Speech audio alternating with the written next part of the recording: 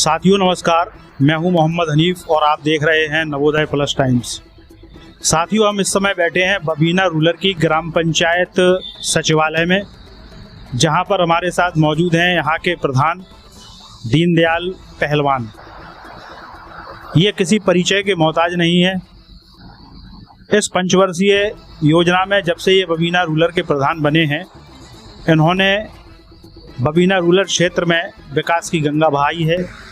और बबीना रूरल क्षेत्र छोटा मोटा क्षेत्र नहीं है, काफ़ी बड़ा क्षेत्र है, जिसमें पूरा शास्त्री नगर आता है, टपरियन आता है और आपका पंप हाउस रोड का वो वाला हिस्सा आता है, उस तरफ वाला, और जो है ब्लॉक आता है और पंजाबी कॉलोनी आती है। तो बहुत बड़ा क्षेत्र है। तो सबसे पहले तो मैं जो हमारा कार्यक्रम चल रहा है खास मुलाकात, आज हम ये खास मुलाकात अपने बबीना रूरल के प्रधान दीनदयाल पहलवान जी से कर रहे हैं। इसमें हम प्रधान जी से पूछेंगे कि उन्होंने अपनी ग्राम पंचायत में अपने कार्यकाल के दौरान कितने काम कराए, कहाँ कहाँ काम कराए और किस किस प्रकार से यहाँ के लोगों को सुविधाएं प्रदान की हैं। तो सबसे पहले मैं उनसे आपको उनका परिचय कराऊंगा। तो प्रधान जी, सबसे पहले आप हमारे दर्शकों को अपना परिचय दें।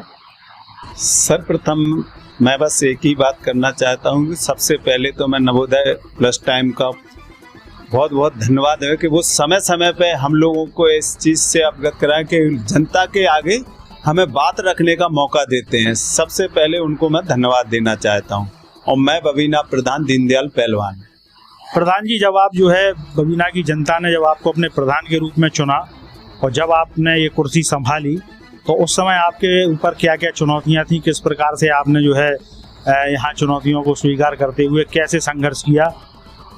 ऐसा है कि चुनौती जो सही रहती उसे मैं चुनौती नहीं मानता हूँ, क्योंकि सही काम में हर प्रशासन भी शासन भी और सहयोग करता है। इसलिए चुनौती तो बहुत थी, लेकिन उस चुनौतियों में मुझे शासन प्रशासन का सहयोग मिला और हमारे जितने भी पत्रकार बंधु हैं, जब भी मैंने काम किया तो उन्होंने भी मुझे सहयोग किया। जैसे कि मैंने ये सामने बनी दुकानें हैं, इनको भी खाली करवाया, इसमें भी बहुत बड़ी चुनौती थी। तो मुझे शासन प्रशासन और मीडिया परिवारों ने बहुत ही सहयोग किया है, जो कि मैंने खाली करवा के इसे जिला सरकारी बैंक को दे दिया। और उसके साथ साथ उसमें पीछे जो जगह थी उसको स्कूल खुलवा दिया। इसके अलावा आपने और कौन कौन से विकास काम किए हैं अपने ग्राम पंचायत? उसके अलावा जन सेवा केंद्र आपके बगल में उपलब्ध है, जो कि अभी यहाँ आय जाति मूल्यवास बन रहे हैं। उसके साथ साथ RRC सेंटर है, जहाँ कचरा सेंटर बना है। हमारे गांव का कचरा जाता है, कचरा गाड़ी चलती है डेली, और उसमें कचरा जाकर हमने कचरा सेंटर पे इकट्ठा होता है। उसके और भी ऐसे काम है कि अमृत सरोवर बना है और ऐसे काम। इसके अलावा हमने कब्रिस्तान पे भी एक टीन सेट बनवाया है, जो कि रात बिरात मिट्टी जाती है तो वहाँ बारिश हो या धूप हो उसमें आप रख सकते हैं और अपना जो नमाज तरीका से पढ़ सकते हैं वो हो। ऐसे ही हमने शमशान घाट में 11,55,000 का काम करवाया। तो हमें ये ऐसे काम करने में बहुत अच्छा लगा और लोग जनता का सहयोग मिला। इसके अलावा जैसे वृद्धावस्था पेंशन, विकलांग पेंशन और ये तमाम तरह की जो पेंशन की योजनाएं सरकार द्वारा लाभार्थियों को दी जाती हैं, उसमें आपका क्या योगदान रहा है? ऐसा है कि ये वृद्धा, विकलांग और विधवा पेंशन, ये मेरी शुरुआत पहले ही से थी। इसी चीज़ से मैं यहाँ तक आ पाया, क्योंकि मैंने वृद्धाओं की पेंशन यानी पंजाब सिंह भाई साहब ने वो लगवाया था एक शिविर, उसमें 129 पेंशनें पास हुई थी। तो उसमें क्या है कि पहले डायरेक्ट पैसे देने का काम था, मगर उसके बाद खाते में डालने का काम आया था। तो क्या ऐसा हुआ कि मैं अपनी माँ की पेंशन के लिए गया, तो उन्होंने कहा कि आप अपनी माँ की पेंशन तो बंधवाओ, लेकिन जो 129 माँ बाप हैं इनको भी देख लोगे तो इनका भला हो जाएगा और आपको आशीर्वाद में। तो मैंने 129 के खाते लेकर मैंने समाज कल्याण में दिए, तो मुझे आशीर्वाद मिला। तो उस टाइम से मुझे लगता है कि वो पेंशन ही मेरा है। फिर मैंने अपने पंचवर्षीय योजना में 400 लोगों की पेंशन बंधवाई, वृद्धा, विकलांग और विधवा पेंशन। अच्छा, आपकी चूंकि ग्राम पंचायत बड़ी है तो इसमें जो साल का बजट आता है वो कितना आता होगा? लगभग 58 लाख आता है। ऐसा है कि पहले पूर्व में 2020 और 21 में कोरोना काल में यानी प्रधानों का बजट कम कर दिया गया था 42%।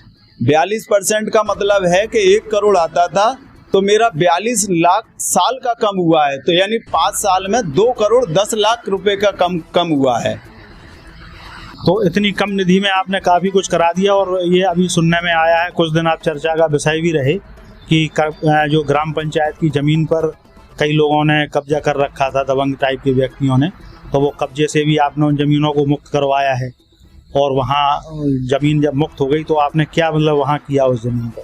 ऐसा है कि मैंने उसके कागज़ देखे हैं, तो वो 1 एकड़ 60 डिसमिल ज़मीन थी, जिसमें 80-90 डिसमिल में कब्जा हो चुका था, बकाया ज़मीन पड़ी थी, खाली पड़ी थी।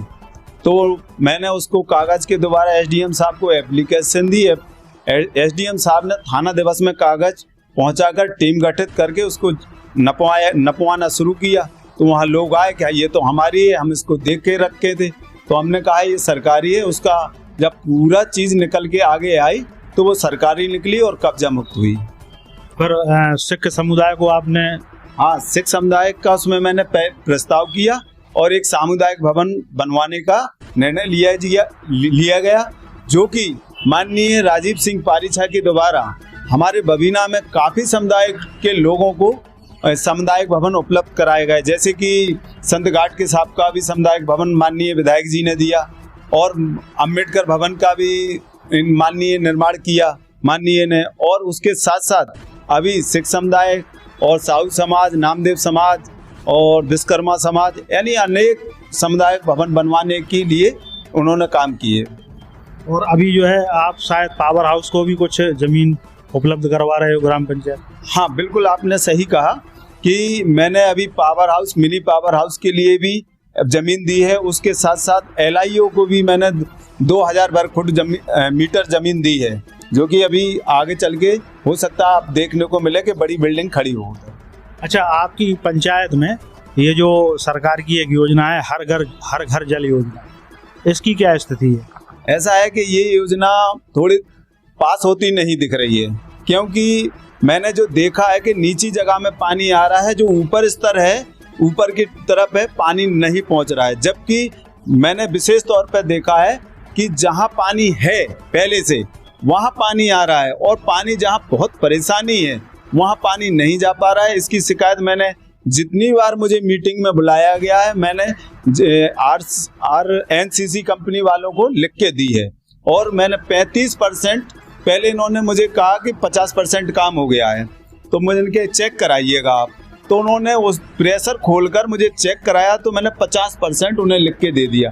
आज इसकी स्थिति है कि वो 50% से हटकर 30% पे आ गया, पानी नहीं आ रहा है। बकाया और जगह पाइपलाइन बिछी है लेकिन पानी नहीं आ रहा। मातनपुरा तरफ मेन लाइन नहीं बिछी, गलियों में डाल दी गई है, लोगों को नीले पाइप तो दिख रहे हैं लेकिन पानी नहीं दिख रहा है। तो इसके लिए आप किसे जिम्मेदार मानते हैं, सरकार को या कंपनी को? ऐसा है कि सरकार जब दे रही है तो कंपनी को मैं जिम्मेदार ठहराऊंगा कि इसमें उन्होंने क्यों इतनी देर लगा रहे हैं। सरकार बार बार कह रही है कि हम सारी चीज़ें उपलब्ध करा चुके हैं। ये कंपनी वाले बार बार कहते हैं कि हमें इनका NOC लेना है कैंटोनमेंट से कि मेन लाइन बिछाने को, तो ये इनका काम है। सरकार तो अपना दे चुकी है, आप आगे काम बढ़ाइएगा, सरकार से कहिएगा, सरकार बैठी है। और इसके अलावा और कुछ जो विकास कार्य आपके द्वारा कराए गए हों वो भी बताएं थोड़ा। अब विकास कार्य है तो रोड भी आप देख सकते हो, जो काम मैंने कर दिए वो भी महत्वपूर्ण थे, जो होना है वो भी महत्वपूर्ण है। लेकिन पहले फर्स्ट में जो करना था वो मैंने कर दिया। जो अभी लोग मुझसे कहते हैं कि प्रधान जी हमारा काम नहीं हुआ, मैं मानता हूँ उनका भी महत्वपूर्ण काम था, लेकिन मुझे कहीं से तो शुरू करना था, तो मैंने उनको कर दिए। अब आगे चल के जो भाई यों के काम रह गए हैं, जिस तरीके का, चाहे नाली हो, चाहे रोड हो, चाहे खड़ंजरा हो, जो भी समस्या है वो मैं आगे करने की कोशिश करूँगा। हमारे चैनल के माध्यम से आप क्या संदेश देना चाहेंगे अपने क्षेत्र के मतदाताओं को? बस यही संदेश देना चाहता हूं कि अपने बच्चों को खूब पढ़ाएं, नशा से दूर रखें और आगे जितना भी है बच्चों बच्ची को पढ़ाएं। तो ये थे आपके बबीना रूरल के ग्राम प्रधान दीनदयाल पहलवान अहिरवार जी, जिन्होंने आपको अपने विकास कार्यों के बारे में बताया और एक संदेश भी दिया मतदाताओं के लिए कि शिक्षा आज के दौर में बहुत ज़रूरी है। ज़्यादा से ज़्यादा आप अपने बच्चों को शिक्षित करें। इन्हीं शब्दों के साथ मैं आपसे विदा लेता हूँ। जय हिंद, जय भारत।